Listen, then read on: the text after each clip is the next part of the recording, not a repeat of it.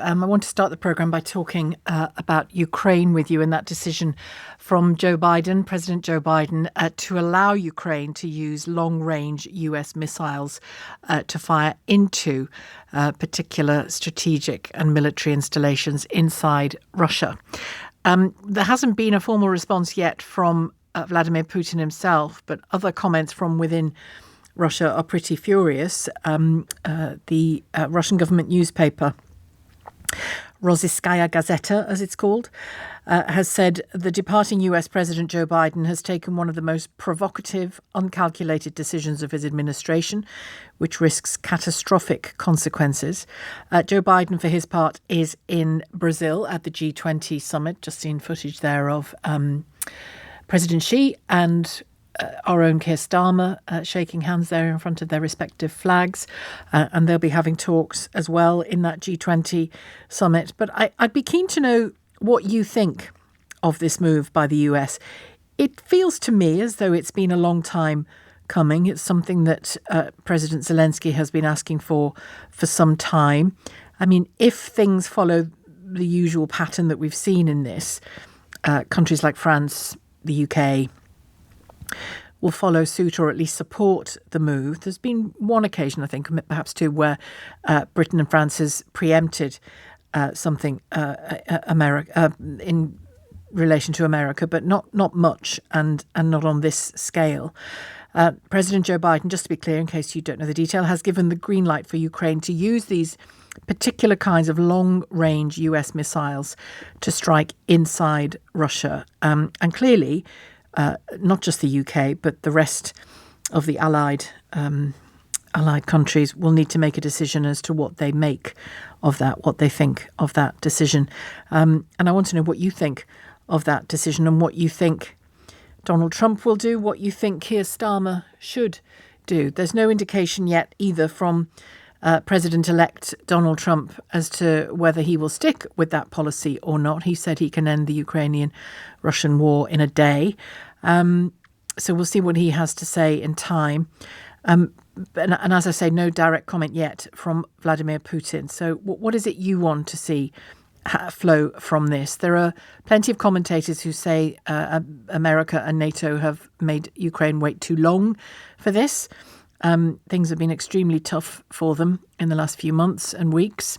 It's tough for the Russians as well, in terms of the numbers of soldiers dying. So will this make the difference? You have to wonder.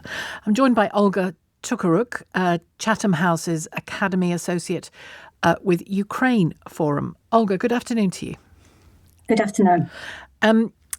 This feels like it's been a long time coming. It's something that Volodymyr Zelenskyy has been asking for repeatedly, isn't it?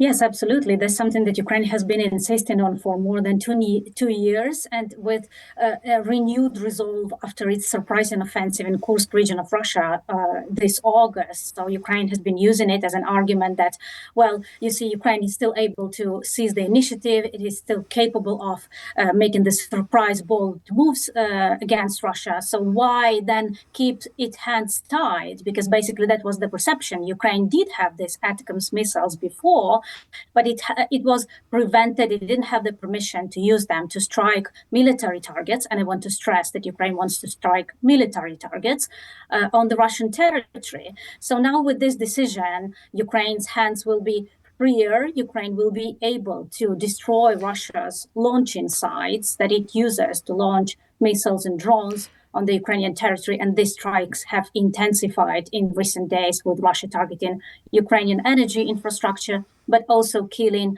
a significant number of civilian population. Just today, 10 days have been killed in Odessa, in the city center. Yesterday, 10 people died, 10 civilians died in Sumy. So Ukraine will now be allowed to use this long-range American missiles to destroy Russian launching sites. We don't know precisely when this decision was made, but we do know when it was announced and or when it was made public. And it is after those things you've just described, that those series of bombing raids on those energy installations inside Ukraine, which has caused huge problem to civilians as much as anyone else, and obviously to the war effort in Ukraine. And those strikes in Odessa, to name just one place, overnight, including 7 policemen, Ukrainian police, have confirmed that 7 of the dead are policemen, another is a medic, and 2 were local residents. Do you think that weekend of strikes has prompted this, particularly the energy attack? No, I don't think so. I think the decision has been made well before that. I think the 2 major factors that prompted President Biden to give Ukraine that permission was first, the participation of North Korean soldiers in the war against Ukraine. So it has been confirmed that around 11,000 of them are now fighting in Kursk region of Russia, trying to kind of recapture that part of territory that has been seized by Ukraine earlier this year. So this is in response to kind of this greater internationalization of conflict, to the involvement of North Korea now into the war. So that's one factor. And the second factor, I think Joe Biden does it because he's an outgoing president. There will be soon Donald Trump in power. And he promised, as you rightly said, initially to end the war in Ukraine in one day. And the perception in Ukraine and outside of Ukraine is that basically he wants to do that by forcing Ukraine to negotiate with Russia. So therefore, Joe Biden does it now to strengthen Ukraine's negotiating position so that it comes to the table in a stronger position, that it is able in this period, in this like weeks, less than 2 months, around 2 months before Trump comes into power, that it is able to inflict greater damage on Russia and to kind of to strengthen its negotiating position and to force Russia also kind of in a position where it would be willing to make some concessions as well.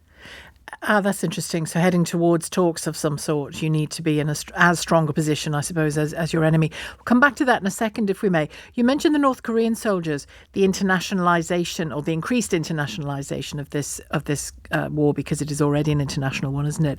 Why did Putin bring the North Koreans in, do you think? Well, Putin does not want to announce an all-out mobilization because that would be hugely unpopular in Russia. So he's experiencing, despite Russia's immense human resources or what looks like immense human resources, he still experiences some difficulty in finding enough people in Russia willing to go to this war. So for him, engaging soldiers from other countries means kind of quelling the discontent that possibly is brewing somewhere under the surface in the Russian society because of tens of thousands of Russian soldiers that have been already mobilized and killed and wounded in this war. Also, there is some exchange. We don't know the details, obviously. It has not been public, but there apparently is some exchange what North Koreans are getting in return for that. So apparently they are getting some Russian nuclear technology. North Korean soldiers also will be gaining very precious experience of combat, of like being engaged in a modern warfare. So there is some element also of, like win-win in this. So not only Russia is gaining, but North Korea is gaining. And I think this is also the reason why the world should react to that, because it's potentially making the whole international situation more volatile.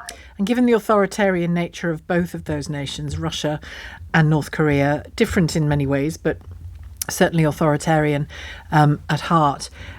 What do we know about the difficulties that Russia has had recruiting soldiers? Because I remember some time ago, mothers in particular in rural areas were objecting to their boys being scooped, or their young men being scooped up and made to join the army or conscripted into the army. We had Russian prisoners being conscripted into the army as a means of being let out of prison. What do we know about those difficulties in any detail? Well, there have not been major protests in Russia recently against the forced conscription, and Russia has relied heavily recently on people who are willingly joining the army. So yes, it relied on prisoners. It relied partially on people who have been conscripted, but mostly it's the bulk of its soldiers are people who are there voluntarily, who are also been paid quite generously from the Russian budget for their participation in the war. So Russia also tries to kind of minimize those expenses by engaging soldiers from countries such as North Korea into the combat. What happened in Kursk with this Ukraine surprise offensive, we know that a lot of Russian conscripts actually were taken as prisoners of war there. And this has been perceived in Russia and by the Russian authorities as something potentially that could lead to potential instability in Russian society, because there was a lot of anger and discontent about these conscripts being engaged and being in the war in Kursk and being then taken as prisoners of war by Ukraine. That actually prompted a series of prisoner of war exchanges between Russia and Ukraine on a scale much larger that has been seen in the months before, and that also gave an argument to Ukrainians to say, look, this offensive has been a success from that point of view as well. And very briefly, if you wouldn't mind, do you think Britain will, one way or another, just simply support this, either by mimicking it in some way or just by saying it understands why it's happening? Well, the expectation is that Britain and France will follow suit. So when the US officially confirms that this permission to Ukraine has been given, we don't know a lot of details about it yet. So we don't really know whether Ukraine will be able to use these ATACMS missiles only to strike targets in the Kursk region of Russia or also in other parts of Russia. So first, there needs to be an official confirmation from the US with all the details, and then there potentially, very possibly, will be a similar decision announced by UK and France, but not by Germany at this point. Thank you very much indeed. They've got troubles of their own at this point, haven't they, with the collapse of the government? Thank you. Olga Tokarczuk, thank you. Chatham House's Academy Associate with Ukraine Forum.